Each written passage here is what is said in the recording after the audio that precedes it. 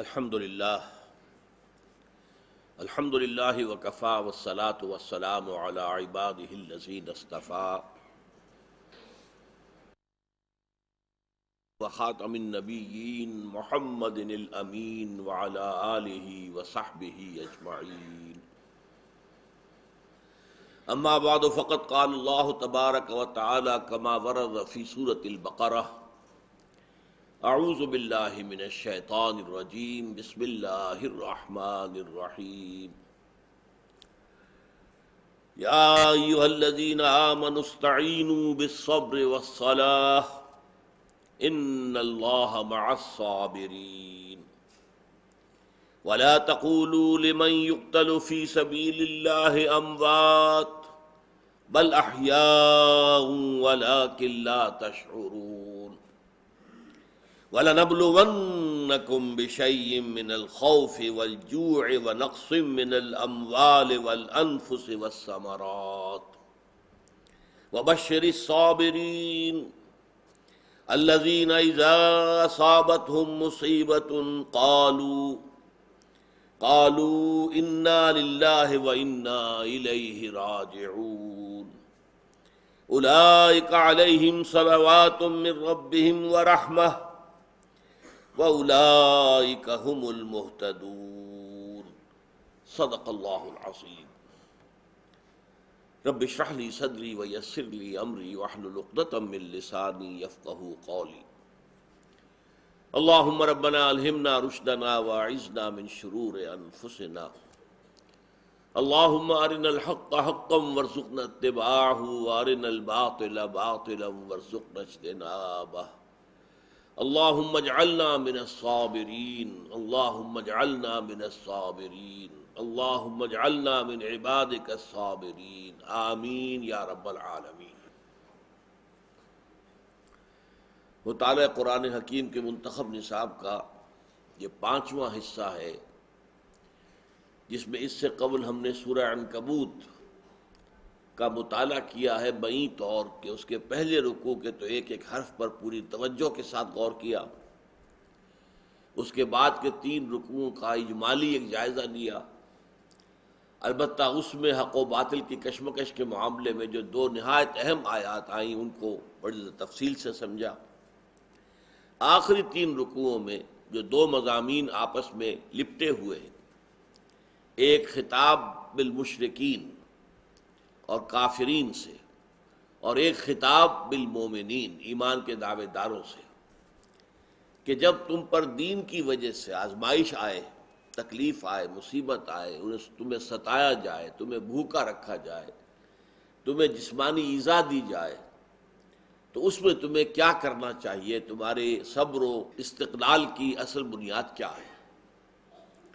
ظاہر بات ہے کہ سورہ عنکبوت بحث کرتی ہے مکی دور کے صبر سے۔ مکی دور کا صبر جو ہے وہ یک طرفہ تھا، یعنی مشرکین کفار مسلمانوں کو ستا رہے تھے، تکلیفیں دے رہے تھے، تعذیب کر رہے تھے، ان کی طرح طرح سے انہیں ایذائیں دی جا رہی تھی، اور مسلمانوں کا کام یہ تھا کہ وہ صبر کریں، جھیلیں، برداشت کریں، جس سے ہم نے ایک جدید اصطلاح کے حوالے سے سمجھا پیسو ریزسٹنس، کھڑے رہو، اپنے موقف پر ڈٹے رہو، یہ تھا صبر، پیچھے قدم نہ ہٹے، لیکن کوئی جوابی کارروائی نہیں۔ یہ صبر ایک اعتبار سے تو آسان تھا کہ ابھی کوئی قتال کا مرحلہ شروع نہیں ہوا تھا، جانوں کا معاملہ ہوا ہے، حضرت سمیہ اور حضرت یاسر رضی اللہ تعالی عنہما کی جانیں بھی ابو جہل نے لے لی، لیکن یہ ایک استثنائی واقعہ تھا، ورنہ عام طور پر کسی کو قتل نہیں کیا گیا۔ لیکن اب دور آ رہا تھا کہ جس میں جوابی کارروائی، گویا کہ اب قتال کا دور آ رہا تھا کہ اگر کفار تمہیں قتل کریں تو تم بھی انہیں قتل کرو۔ یہ بدلہ لینے میں اس میں ایک اعتبار سے تو سہولت ہے کہ انسان کو ظاہر بات ہے کہ جب اسے بدلہ لینے کا بھی اجازت ہو تو پھر ایک تسکین ہو جاتی ہے، جو زخمی دل ہے اس پر ایک جو ہے پھاہا رکھا جاتا ہے۔ ظاہر بات ہے کہ اس کے لیے بہت زیادہ لیکن چونکہ جان کا اندیشہ ہے لہذا ایک اعتبار سے یہ معاملہ سختر ہے مدنی دور میں جو شروع ہوا۔ مدنی دور میں جو سب سے پہلا اس صبر اور مصابرت کی تلقین کا حصہ ہے وہ یہ 5 آیات ہیں سورہ بقرہ کی 153 سے لے کر 157 تک۔ ان 5 آیات میں جو مضامین بیان ہوئے ہیں ان پر ہمیں ذرا بہت توجہ کرنی ہے۔ یا ایھا الذین آمنوا استعینوا بالصبر والصلاۃ، اے ایمان والو، ایمان کے دعوے دارو، مدد طلب کرو بالصبر والصلاۃ، صبر سے اور نماز سے۔ پہلی بات یہ نوٹ کیجئے کہ یا ایھا الذین آمنوا، میں نے آپ سے کہا ہے کہ یہ خطاب کا صیغہ، یہ الفاظ صرف مدنی صورتوں میں آتے ہیں۔ مکی صورتوں میں یا عبادی الذین اسرفوا علی انفسہم یا عبادی الذین آمنوا ان ارضی واسعۃ، یہ ہم پڑھ چکے ہیں سورہ عنکبوت کے اندر۔ لیکن یہ کہ یا ایھا الذین آمنوا، یہ صیغہ خطاب پھر مکمل پورا کا پورا جو مدنی قرآن ہے اس میں یا ایھا الذین آمنوا، یا ایھا الذین آمنوا، نہ تو کہیں ہے یا ایھا الذین اسلموا، اے مسلمانوں۔ ہم تو جب خطاب کرتے ہیں ایک دوسرے کو تو اے مسلمانوں یہ کرو، اے مسلمانوں یہ کرو، اے مسلمانوں یہ کرو، لیکن قرآن مجید کے اندر یا ایھا الذین اسلموا آیا ہی نہیں، یا ایھا الذین آمنوا، یا ایھا الذین آمنوا۔ اور اس خطاب میں جہاں سچے مومن مخاطب ہیں وہی منافقین بھی مخاطب ہیں، اس لیے کہ منافقین بھی مسلمان شمار ہوتے تھے، ان کو مسلمان تسلیم کیا جاتا تھا، وہ ایمان کے دعوے دار تھے۔ یہی وجہ ہے کہ میں نے یہاں پر یا ایھا الذین آمنوا کا ترجمہ کیا ہے اے ایمان کے دعوے دارو۔ اب ان میں سچے مومن بھی شامل ہو گئے اور منافقین بھی شامل ہو گئے، ضعفاء بھی شامل ہو گئے، اور جن کے اندر عزیمت کوٹ کوٹ کر بھری ہوئی تھی وہ بھی شامل ہو گئے۔ یہ صیغہ جو ہے خطاب کا یا ایھا الذین آمنوا، یہ امت مسلمہ کے لیے ہے، امت کے لیے۔ امت میں مومنین صادقین بھی شامل ہے، منافقین بھی شامل ہے، اس لیے کہ قانون وہ مسلمان ہوتے ہیں، امت میں ان کا شمول ہے، ان کا شمار ہے۔ لیکن یہ امت کیسے وجود میں آئی اس کو بھی سمجھ لیجئے۔ یہ جو صیغہ نہیں آیا ہے مکی صورتوں میں اس وجہ سے کہ ابھی مسلمان امت نہیں تھے، مسلمان تو تھے، حضور کے ساتھ تھے، حضور کے ساتھی تھے، یہ بھی ہم کہہ سکتے ہیں ایک جماعتی شکل میں تھے، اس لیے کہ حضور کی سمع و طاعت کا تعلق جو ہے ان کے ساتھ قائم تھا، حضور کا حکم سنتے تھے، مانتے تھے۔ لیکن امت اصل میں مسلمان بنے ہیں مدنی دور کے آغاز میں، اور اس کی علامت ہے تحویل قبلہ۔ سابقہ امت یہود، ان کا مرکز تھا یروشلم، بیت المقدس یا بیت المقدس، وہ ان کا قبلہ تھا۔ اور آپ کے علم میں ہے کہ مدینہ منورہ ہجرت کر کے تشریف لانے کے بعد بھی 17 مہینے تک حضور نے ادھر ہی رخ رکھا۔ اس میں بڑی مصلحتیں تھیں، اللہ کا کوئی خاص حکم تھا، اگرچہ اس حکم کا قرآن میں ذکر نہیں ہے، لیکن قرآن مجید میں بہت سی چیزیں ایسی ہیں کہ جن کا لفظاً ذکر نہیں ہے، لیکن وہ وحی خفی کی شکل میں حضور صلی اللہ علیہ وسلم سے بات کہی جاتی تھی۔ تو وحی خفی کے ذریعے سے یا پھر حضور کا اپنا اجتہاد تھا کہ چونکہ ہمارا دین تسلسل ہے، یہ دین ابراہیم، دین موسیٰ، دین عیسیٰ، اور ہمارا دین جو ہے دین محمد صلی اللہ علیہ وسلم، یہ ایک تسلسل ہے، ایک کڑی ہے۔ لہذا نماز پڑھنے کا معاملہ جو ہے اس میں آپ نے جو بھی یہودیوں کا جو طرز عمل تھا اسے اختیار فرمایا، اور یہ ایک اس میں مصلحت بھی تھی کہ یہودیوں کے ساتھ ابھی سابقہ شروع ہوا تھا، تو اگر فوری طور پر قبلہ جو ہے رخ بدل دیا جاتا مکے کی طرف، تو اس میں احساس ہوتا یہودیوں کو کہ یہ تو ہمارے لیے ایک چیلنج ہے، اب یہ ایک نئی امت وجود میں آ گئی ہے۔ ابھی تک وہ یہ سمجھ رہے تھے کہ یہ ہمارے کیمپ فالوورز ہیں، یہ نماز تو بیت المقدس کی طرف رخ کر کے پڑھ رہے ہیں نا، تو قبلہ تو ہمارا اور ان کا ایک ہو گیا۔ تو یہ گویا کہ ہمارے کیمپ فالوورز ہیں، یہ تو ہمارے تابع ہیں، متبع ہیں، اس لیے انہوں نے فوری طور پر کوئی سخت قسم کی مخالفانہ کارروائی نہیں کی۔ ویسے یہ تفصیل سمجھ لیجئے کہ مکے میں جب آپ کھڑے ہوتے تھے نماز پڑھنے کے لیے حضور صلی اللہ علیہ وسلم، تو خانہ کعبہ کے مشرقی حصے میں آپ کھڑے ہوتے تھے، جنوبی حصے میں، کہ ایک ہاتھ پر، بائیں ہاتھ پر رکن یمانی ہے اور دوسرے ہاتھ پر وہ کونا ہے کہ جس میں حجر اسود جو ہے نصب ہے، تو اس کے درمیان جو ہے یہاں کھڑے ہو جائیں گے تو اس کو استقبال القبلتین کہتے تھے کہ دونوں قبلے سامنے آ گئے، خانہ کعبہ بھی سامنے آ گیا امیڈیٹلی، اور چونکہ شمال میں پھر بیت المقدس ہے، یروشلم ہے، تو وہ قبلہ بھی سامنے ہو گیا۔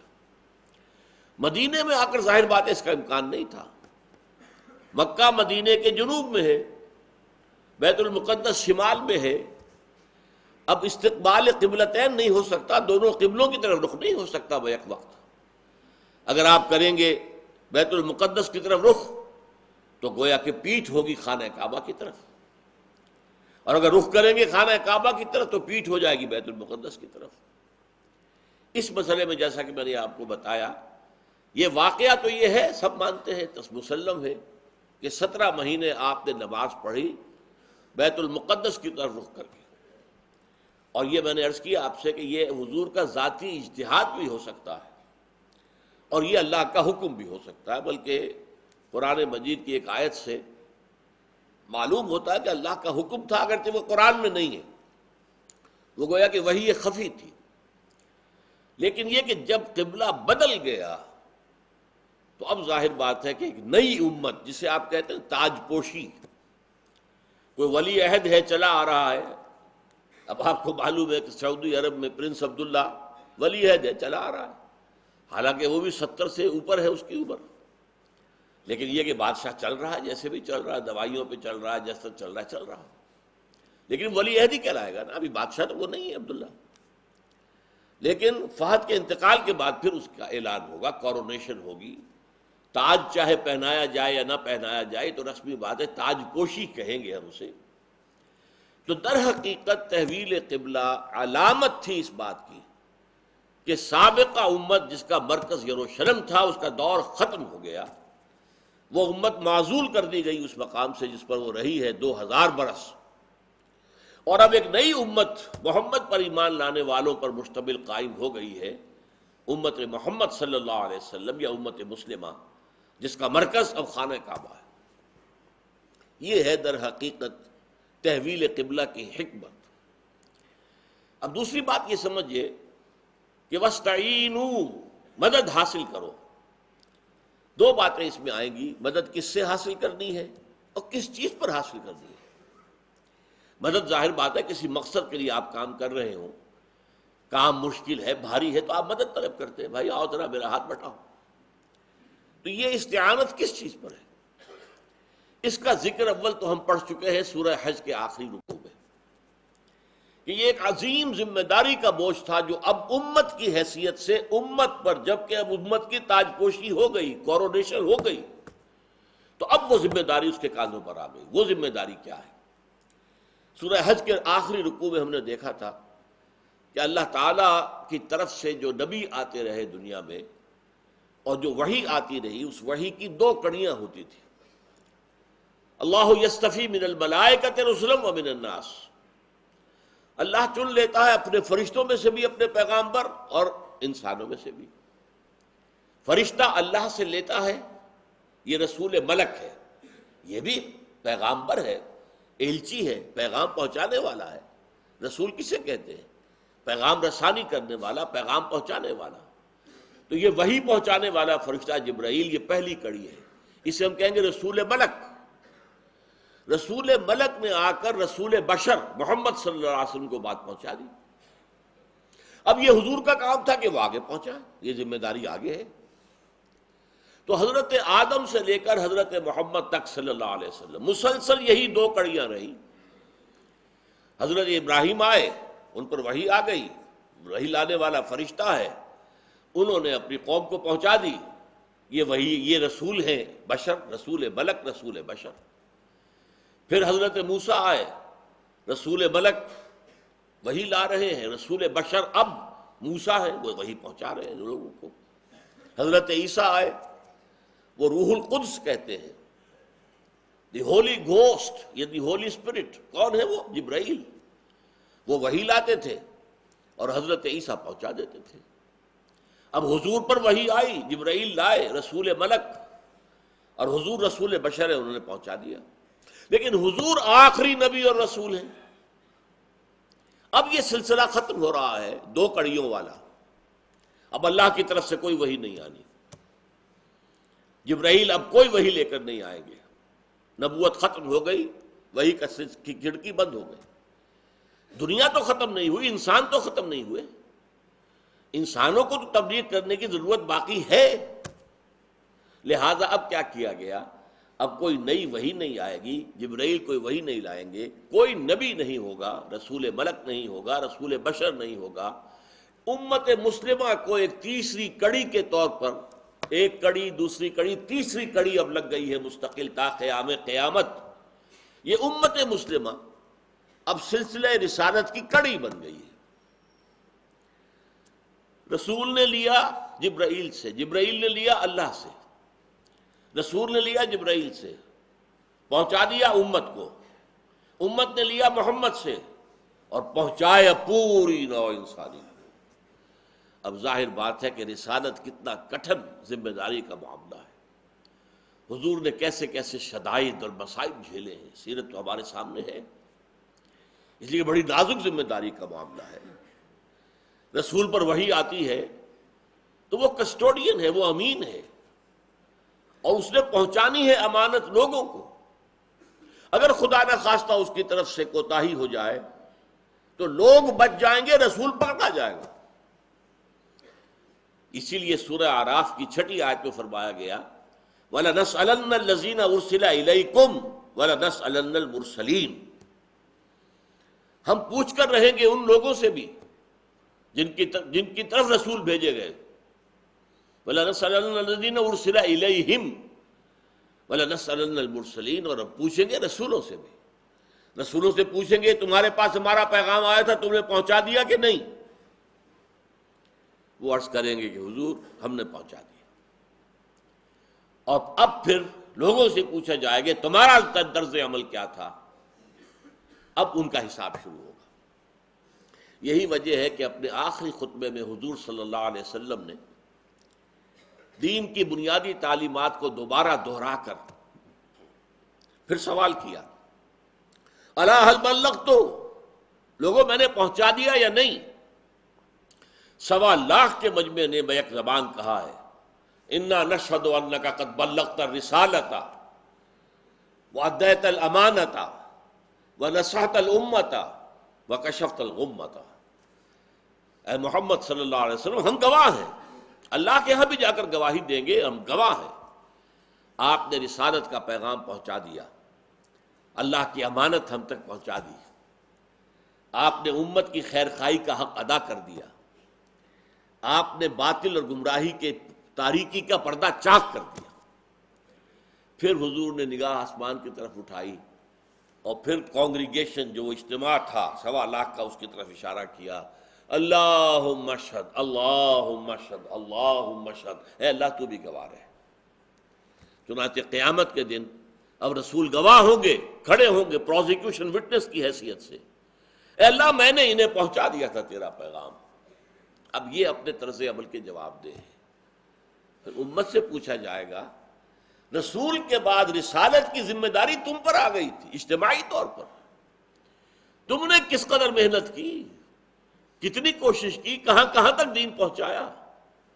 اب ظاہر بات ہے اس پر امت کی کامیابی یا ناکامی کا دار و مدار ہوگا. یہ نازک ذمہ داری آ گئی، اس پر مدد کی ضرورت ہے. اللہ سے مدد طلب کرے، نماز سے مدد طلب کرے، نماز کے ذریعے سے مدد تو ہوگی اللہ سے، لیکن صبر اور نماز کے ذریعے سے اللہ کی مدد جو ہے انووک کی جائے، طلب کی جائے، مانگی جائے. جو مضمون میں نے امت کی اس ذمہ داری کے بارے میں ابھی بیان کیا ہے، ایک اصول میں نے بارہا بیان کیا کہ اہم مضامین قرآن میں 2 دفعہ ضرور آتے ہیں۔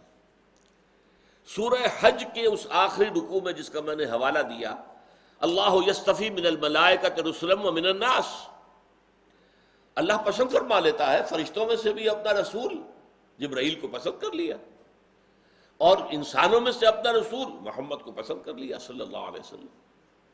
اب آگے چل کر کہا هو اجتباکم، دیکھو اے مسلمانوں، اب تمہاری قسمت جاگ گئی ہے، تمہیں اللہ نے پسند کر لیا ہے، چن لیا ہے، اور اس رسالت کی 2 کڑیوں میں تیسری کڑی کی حیثیت سے تمہیں شامل کر دیا ہے۔ جاہدوا فی اللہ حق جہادہ، اور اللہ کے لیے محنت کرو جیسا کہ محنت کا حق ہے، جہاد کرو جیسا کہ جہاد کا حق ہے، اس لیے کہ تم پر یہ بہت بڑی ذمہ داری آ گئی ہے۔ جاہدوا فی اللہ حق جہادہ هو اجتباکم، اس نے تمہیں منتخب کر لیا ہے۔ آگے چل کر آتا ہے کس لیے؟ لیکون الرسول شہیدا علیکم وتکونوا شہداء علی الناس، تاکہ رسول ہو جائیں گواہ تم پر یا تمہارے خلاف۔ اے اللہ میں نے پہنچا دیا تھا انہیں، اب یہ ذمہ دار ہے، دے آر ریسپانسبل، اور تمہیں یہی گواہی دینی ہوگی پوری نوع انسانی کے معاملے۔ اے اللہ ہم نے پہنچا دیا تھا، اگر یہ کفر پر اڑ رہے ہیں تو ذمہ دار ہو، اور اگر تم یہ گواہی نہ دے پاؤ تو بہت تمہارا انجام خراب ہوگا۔ یہی مضمون جو آج ہم آیات پڑھ رہے ہیں اس سے چند آیات پہلے سورہ بقرہ میں آ گیا، اور وہ آیا تحویل قبلہ کے حوالے سے۔ سَيَقُولُ السُّفَهَاءُ مِنَ النَّاسِ مَا وَلَّاهُمْ عَنْ قِبْلَتِهِمُ الَّتِي كَانُوا عَلَيْهَا قُلْ لِلَّهِ الْمَشْرِقُ وَالْمَغْرِبُ يَهْدِي مَن يَشَاءُ إِلَىٰ صِرَاطٍ مُّسْتَقِيمٍ وَكَذَٰلِكَ جَعَلْنَاكُمْ أُمَّةً وَسَطًا لِتَكُونُوا شُهَدَاءَ عَلَى النَّاسِ وَيَكُونَ الرَّسُولُ عَلَيْكُمْ شَهِيدًا، وہی مضمون۔ تم نے اسی تحویل قبلہ کا یہ در حقیقت مظہر ہے، نتیجہ ہے کہ ہم نے تمہیں اب ایک امت کی حیثیت دے دی۔ میں اس کو کہا کرتا ہوں کورونیشن، تاج پوشی، امت کی تاج پوشی ہو گئی۔ وَكَذَلِكَ جَعَلْنَاكُمْ أُمَّةً وَسَطًا، اس کے دونوں معنی ہے، بہترین امت، جو وسطی شے ہوتی ہے، درمیانی چیز، وہی بہترین ہوتی ہے۔ اور اس کے دوسرے معنی کیا ہے؟ اب تم واسطہ ہو، محمد کی رسالت ہے تا قیام قیامت۔ اب محمد تو دنیا میں نہیں ہے صلی اللہ علیہ وسلم، لیکن محمد کے اور لوگوں کے درمیان واسطہ تم بن گئے ہو، تم ذریعہ ہو، تم وہ جو زنجیر ہے رسالت کی اس کی تیسری کڑی کی حیثیت رکھتے ہو۔ اپنے نصیب پر فخر کرو، لیکن اس کی ذمہ داریاں بھی بہت سخت ہیں۔ وَكَذَلِكَ جَعَلْنَاكُمْ أُمَّةً وَسَطًا لِتَكُونُوا شُهَدَاءَ عَلَى النَّاسِ وَيَكُونَ الرَّسُولُ عَلَيْكُمْ شَهِيدًا۔